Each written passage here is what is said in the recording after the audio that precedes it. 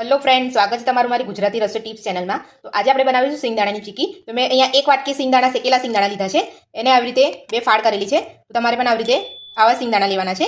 તો મેં અહીંયા એક વાટકી સિંગદાણા લીધા છે, તો આ જ માપનું આપણે એક વાટકી ગોળ લઈશું। જરૂરી ના તમે ચીક્કીનો જ ગોળ લો, કોઈ પણ ગોળ લઈ શકો છો। તો આ જ વાટકીનું માપ આપણે ગોળ લઈશું। તમે જોઈ શકો છો એ જ વાટકીનું માપ મેં અહીંયા ગોળ લીધેલું છે। મેં અહીંયા એક ગેસ ઉપર તાવડી મૂકી છે, એમાં આપણે એક ચમચી ઘી નાખીશું। ઘી તમે નાખશો તો તમારી ચીક્કીમાં શાઇનિંગ વધારે આવશે।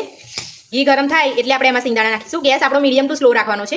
આપણું ઘી ગરમ થઈ ગયું છે, હવે આપણે એમાં ગોળ નાખીશું।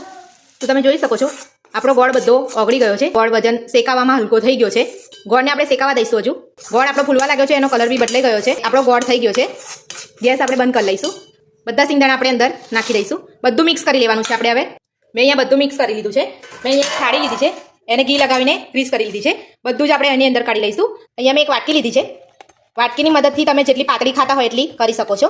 તમે વણી પણ શકો છો। તો આવી રીતે આપણે વાટકીની મદદથી બધું એકદમ કમ્પ્લીટ કરી લઈશું। તો થાળીમાં મેં થાળી લીધી છે, હવે આપણે આવા ચપ્પુની મદદથી કાપા કરી લઈશું। ગરમ ગરમ જ આપણે કાપા કરવાના છે। તો તમે જોઈ શકો છો મેં અહીંયા બધી કાપા કરી લીધા છે। એને આપણે 15 થી 20 મિનિટ માટે આપણે એને ઠંડી થવા દઈશું।